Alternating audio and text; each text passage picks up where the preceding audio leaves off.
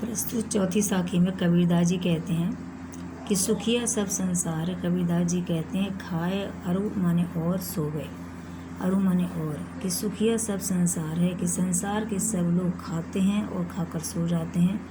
ऐसे ही वे अपना सुख समझते हैं लेकिन और इसमें अपने खुशी मानते हैं, लेकिन खुशी तो इसमें न होकर भगवान की भक्ति में लीन होने से है। दुखिया दास कबीर है, जागे अरु सोवे, अरु माने और।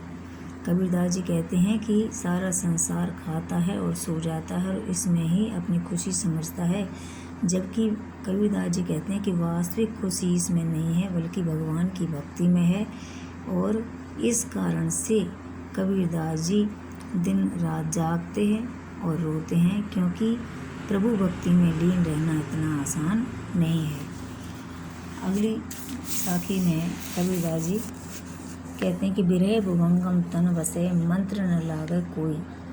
कि कबीरदास जी कहते हैं कि विरह भुभंगम, विरह रूपी जो नाग है, सर्प है, वो शरीर में निवास करता है, अर्थात पीड़ा पहुंचाता है और उसे न तो किसी मंत्र का प्रभाव पड़ता है और न उसकी कोई दवा होती है, उसको ठीक करने की न कोई उसकी दवा होती है। राम वियोगी ना जीवे, यह तो स्थिति उसी प्रकार होती है जैसे राम के वियोग में ना जीवे, कि प्रभु का जो भक्त है उसे अगर परमात्मा की प्राप्ति ना हो तो वह जीवित नहीं रह सकता है, और अगर जीवित रह भी जाए तो बोरा माने पागल जैसी उसकी स्थिति हो जाती है।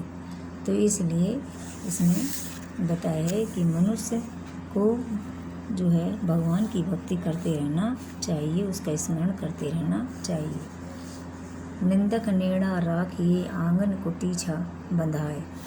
कबीरदास जी कहते हैं कि निंदा करने वाले व्यक्ति को, बुराई करने वाले व्यक्ति को नेड़ा माने पास में, राखे माने रख लेना चाहिए, क्योंकि ऐसा व्यक्ति बड़ा हमारे बड़े काम का होता है। आंगन कुटी बंधाए, जैसे आंगन में गाय को खूंटे से बांध कर रखा जाता है, ऐसे ही निंदा करने वाले व्यक्ति को भी अपने पास में रख लेना चाहिए, क्योंकि वे हमारे काम की, बहुत बड़े काम की चीज़ है। जैसे बिन साबुन पानी बिना, जैसे बिना साबुन के और बिना पानी के ही, जैसे साबुन और पानी से मैल साफ हो जाता है, वैसे ही निंदा करने वाला व्यक्ति बिना पानी के और बिना साबुन के ही हमारे मन को निर्मल माने स्वच्छ बना देता है, हमारे स्वभाव को पवित्र कर देता है। इसका कारण ये है कि जैसे जैसे वे हमारी बुराई करेगा वैसे वैसे हम उस पर ध्यान देंगे और अपने विचारों में परिवर्तन लाएंगे। अगली जो साखी है वह पोथी पढ़ जग मुआ पंडित भयानक कोई। कबीरदास जी कहते हैं कि बड़ी बड़ी किताबों को पढ़ कर के लोग इस संसार से चले गए, अर्थात मृत्यु को, मुआ माने मृत्यु को प्राप्त हो गए, लेकिन फिर भी कोई पंडित नहीं हुआ, कोई पंडित नहीं बना, अर्थात कोई ज्ञानी व्यक्ति नहीं बन पाया। एक अशर पीव का पढ़े सो पंडित होए। यदि प्रभु भक्ति का, यदि एक भी अक्षर पढ़ ले या ईश्वर भक्ति का स्मरण कर ले, एक अक्षर भी पढ़ ले, परमात्मा के नाम का एक भी स्मरण कर ले, एक भी शब्द का स्मरण कर ले, तो वही व्यक्ति सुपंडित होए, वही सबसे बड़ा ज्ञानी कहलाता है। अगला है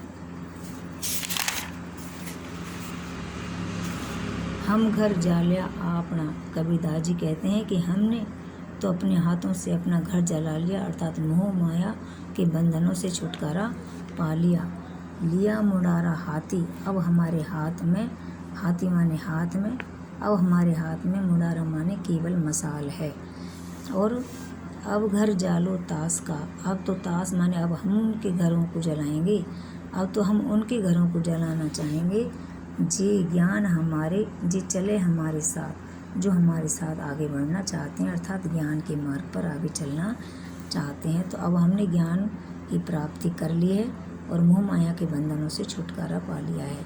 इसलिए कबीरदास जी ने यहाँ पर ज्ञान को बताया है, ईश्वर के स्मरण को ही महत्व दिया है। Thank you.